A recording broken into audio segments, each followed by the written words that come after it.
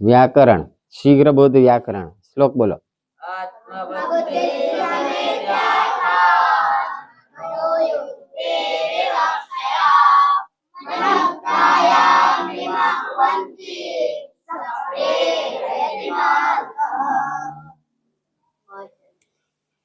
બધા શબ્દોની વ્યાખ્યા અહીંયા થાય છે આપણે એક સૂત્ર આગળ આપણે ચલો પહેલા બધા આગળ જેટલા સૂત્રો શીખ્યા એટલા બોલી દો હેડો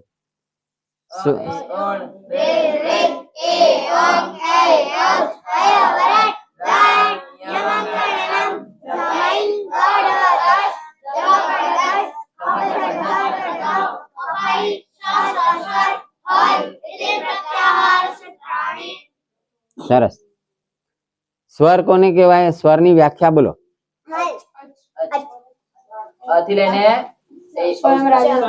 स्वयं राजन्ते इति स्वरः व्यंजन हाँ संस्कृत में बोलो अन्वक भवति व्यंजनम बोलो आ बोलतो नहीं हूँ बोलावू पाछळ बोलो तो नहीं बोलतो केम ना बोल्यो तार ध्यान क्या हतुं हाँ तो तू बोल्यो केम नहीं तो जल्दी आ समय बगड़े छे जल्दी बोल केम ना बोल्यो क्या धार ध्यान क्या हतुं तारू तो मैं बोलाव्यु पाછી बोल्यो केम नहीं एम पूछું છું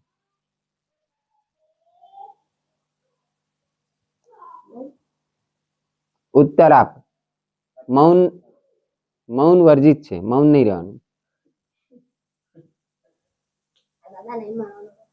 बोल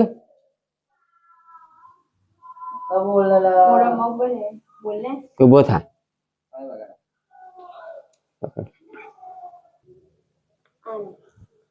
कया वर्णों ने स्पर्श व्यंजन कहे छे बोलो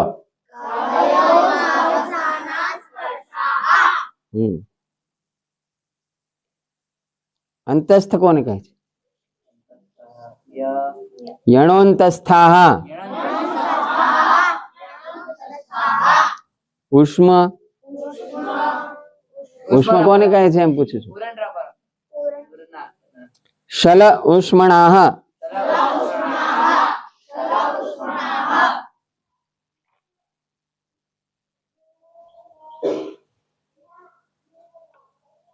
चलो नृत्यावसाने श्लोक आवड़े छे बोलो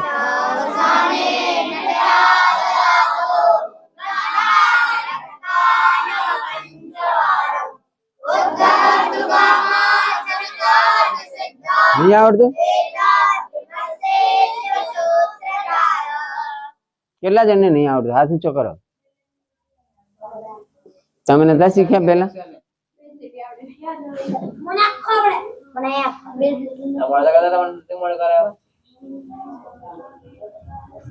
અત્યારનો જે તમારો સમય છે એ ભણવાનો સમય છે શીખવાનો સમય છે અત્યારે તમે શીખી શકશો પછી નહીં શીખી શકો એટલે તમે ભણવાના શીખવાના બદલે તમે બીજી બધી વાતોમાં સમય વ્યતીત કરો એ તો સરાસર તમારું તમારા બાળપણનું તમારા વિદ્યાર્થી જીવનનું તમારા મા બાપનું એમણે ખર્ચેલા પૈસાનું અપમાન છે સમજો કે આ નથી આવડતી બેલિટી તો શીખી લેવાની આવે એમ પછી હું તમને કહું પછી શીખો એવું થોડું હોય બોલ 25 વર્ષ પછી માણસ આખી જિંદગી ભણી શકે એવું નથી ના ભણે પણ પછી એને એવું બધું યાદ ના રહે બહુ વાર લાગે અત્યારે તમે જેટલા પ્રયત્નથી તમે શું પાછળ શીખે છે શું નામ છે ને તેજને શીખવાડી શકો એટલા પ્રયત્નથી તને ના આવડે તારા ઉપર વધારે પ્રયત્ન કરવો પડે તને જેટલું જલ્દી આવડે એટલું હનીને ના આવડે હનીને જેટલું જલ્દી આવડે એટલું દસમા વાળા ના આવડે સમજે દસમા વાળા જેટલી જલ્દી શીખી શકે એટલું મારાથી ના શીખી શકાય સીધી વાત છે જ્યારે નાનું હોય ત્યારે એની ગ્રહણ શક્તિ ઘણી વધારે હોય એનું ઉદાહરણ તમને એક દઈ દઉં તમને ત્યારે ચાઇનીઝ ભાષામાં લખેલું હોય તો કેટલા જણ વાંચી શકે ચાઇનીઝમાં હે ચાઇનીઝ વાંચતા આવડે છે તને? તો અરે એવું નહીં, એ કુતર્ક કહેવાય યાર. એવું એટલે જેને ટૂંકમાં જે ભાષા શીખ્યો ના હોય તો એના માટે ચાઇનીઝ વાંચી શકે ના વાંચી શકે. આજે આની બેન છે ને રૂચા, એ જ્યારે બિલકુલ નાની હતી ને 3 વર્ષની, તો એ મોબાઈલમાં એને પૂછ્યું ત્યારે આ મોબાઈલમાં નંબરની સામે જે ફોટો આવે છે ને નતો આવતો. અત્યારે આવે છે ને બધા, એવા નતા આવતા. હા, એવું પેલા નતું આવતું. પેલા ખાલી હા નામ લખેલું હોય, નંબર લખેલો હોય, બીજું કશું ના હોય સાદા ફોનમાં. એને એમ કહેવામાં આવે કે આમાંથી તારા કાકાનો નંબર કાઢી આપ મોબાઈલમાંથી. કોઈ એને એબીસીડી નથી આવડતી, એકડા બગડા નથી આવડતા, તો એના કાકાનો નંબર કાઢી દે. મમ્મીનો કહો તો મમ્મીનો કાઢી દે, પપ્પાનો કહો તો પપ્પાનો કાઢી દે. હા, તો એ તો વાત છે. નાનું બાળક હોય ને એને એ ખબર નહીં શું કરતું હશે એના મગજમાં પ્રક્રિયા, પણ એને ખબર પડી જાય કે આ જ નંબર મારા મમ્મીનો છે, આ મારા પપ્પાનો છે. તમને બીજી તમે જે આવડતી ના હોય એવી ભાષામાં તમે કશું શીખી શકો? તો નાનું બાળક કેવી રીતે કરે? એની પાસે ઘણી વધારે શક્તિ હોય તમારા કરતા. એટલે મારા કરતા તમારી કન શક્તિ વધારે છે, પણ તમે જો વેસ્ટેજ જવા દેશો આવી રીતે. જયભાઈ ની ફરિયાદ હતી કે આ લોકો બહુ સમય બગાડ નાખે છે. તો એ એટલે હું તો આવું બહુ ધ્યાન મેં નતું, પણ જય કીધું મને તો નાવ ઓનવર્ડ્સ હું જેટલો કોમળ છું, પ્રેમ કરું છું, એટલો કઠોર પણ છું. તમે અહીંયા શીખવા આવ્યા છો ને તમે કશું શીખીને જ ના જાઓ તો એ સહન નહીં થાય. શું સમજ્યો તું? શું સમજ્યો તું? આપણે અહીંયા ભણવા આવ્યા પછી કોઈ પણ શીખ્યા વગર જશે તો તમને સહન નહીં થાય. યસ, બહુ સમજી ગયો.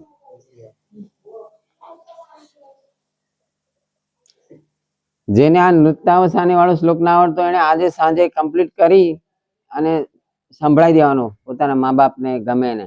પછી એવું નહીં કે હવે તમે કોઈ પૂછ્યું નહીં એટલે કશું ના કર્યું, એવું નહીં. એને જાતે જ એટલું હોવું જોઈએ કે આ તો આવડવું જ જોઈએ ને એમ.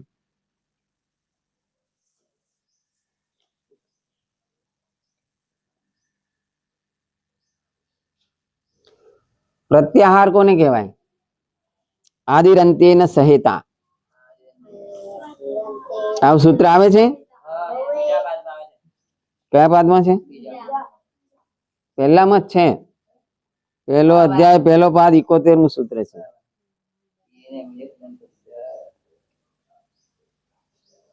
શું શું શીખ્યા અત્યાર સુધી? ઉચ્ચારણ સ્થાન બોલો.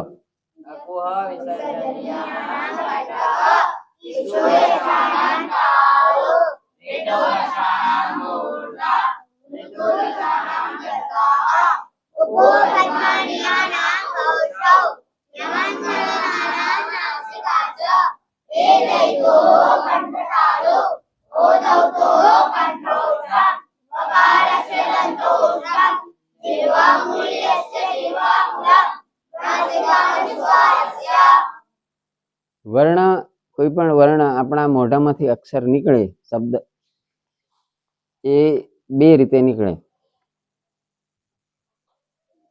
યત્નો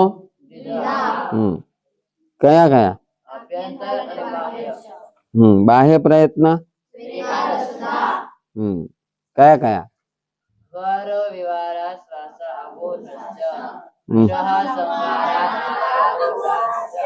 શાબાશ. અલ્પ પ્રાણ કયા છે? વર્ગાણામ મહાપ્રાણ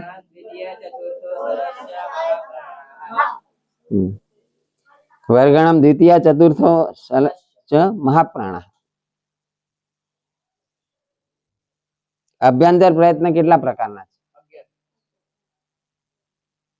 5. સ્પૃષ્ટ, ઈષદ સ્પૃષ્ટ, ईषद विवृत, विवृत और संवृत.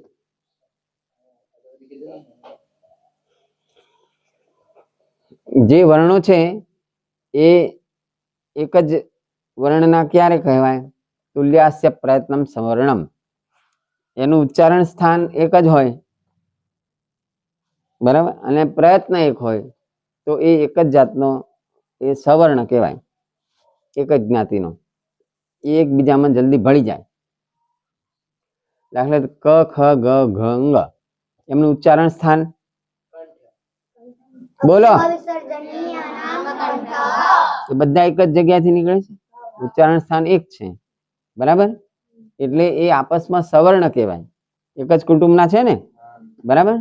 ઓકાર પરિવાર. દાદીપુરા જઈને ખીચડી ખાય, બીજાને ના લઈ જાય, કેમ? એ સવર્ણ છે. એવી રીતે પ્રયત્ન પણ જેમનો પ્રયત્ન દ્વિધા, એ પ્રયત્ન જેમનો એક સરખો હોય ને, એ પણ સવર્ણ જ ગણાય. કોણ કોણ સવર્ણ ગણાય? તુલ્યાસ્ય પ્રયત્નમ સવર્ણમ. પ્રયત્ન સવર્ણ હોય ને તો એ પણ સવર્ણ ગણાય. ઉદાત્ત સ્વર કેટલા પ્રકારના છે? અનુદાત્ત, સ્વરિત. ઉચ્ચૈરુદાત્ત, ઉચ્ચૈરુદાત્ત, નીચૈરનુદાત્ત, સમાહાર સ્વરિત.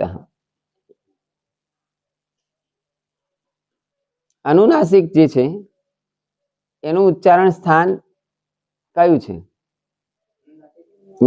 અનુનાસિક ક્યાંથી ઉચ્ચારણ? અનુનાસિક નું ઉચ્ચારણ મુખ અને નાસિકા. અનુનાસિક છે બે જગ્યાએથી બોલાય, મુખ વચનો અનુનાસિકા. કંપન આમ બોલે તો ક ઉપર શું છે?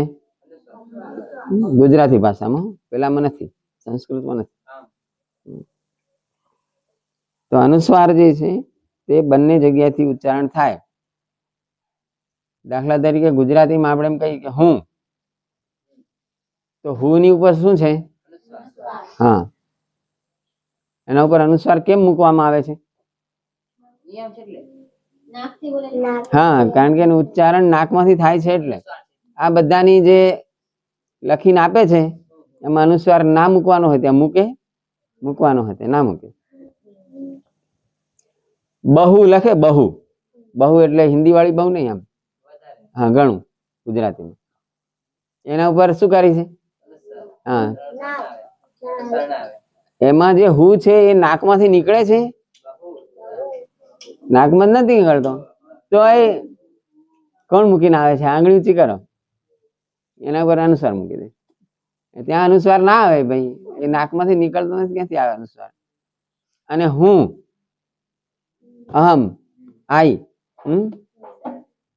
એ હું જે શબ્દ છે બોલીએ છે એ અવાજ નાકમાંથી નીકળે છે, તેના પર અનુસ્વાર મૂકવો પડે. આ કેટલા જણ નથી મૂકતા? હાથ ઊંચો કરો, કેટલા જણ નથી મૂકતા? હું રોજ જોઉં છું ને, મને ખબર છે કેટલા નથી મૂકતા. એમ નહીં કરો તો મને ખબર છે કેટલા નથી. એના પર મૂકવો પડે, તો જ આને શુદ્ધ લખાણ કહેવાય, બરાબર. અનુસ્વાર ક્યાંથી નીકળે?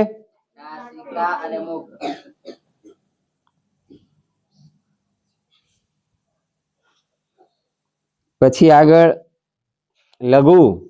લઘુ કોને કહેવાય? હ્રસ્વમ લઘુ. હ્રસ્વ જે છે એ લઘુ, અને ગુરુ દીર્ઘ છે, ગુરુ કહેવાય. બીજો એક ગુરુ કહેવાય સંયોગે ગુરુ. કાલે કહ્યું તું, બે ભેગા થઈ જાય, કહ્યું તું, બે વ્યંજન જો ભેગા થઈ જાય બે, તો હા, તો ગુરુ.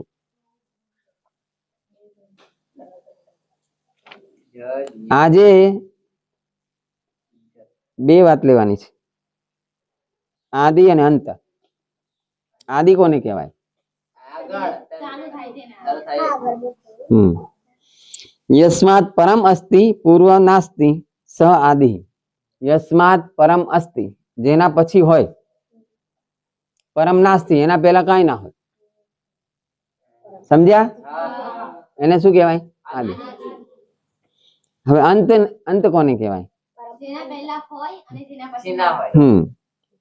યસ્માત પૂર્વમ અસ્તિ પરમ નાસ્તિ, એના પછી કશું ના હોય, એના પહેલા હોય, એને અંત કહેવાય.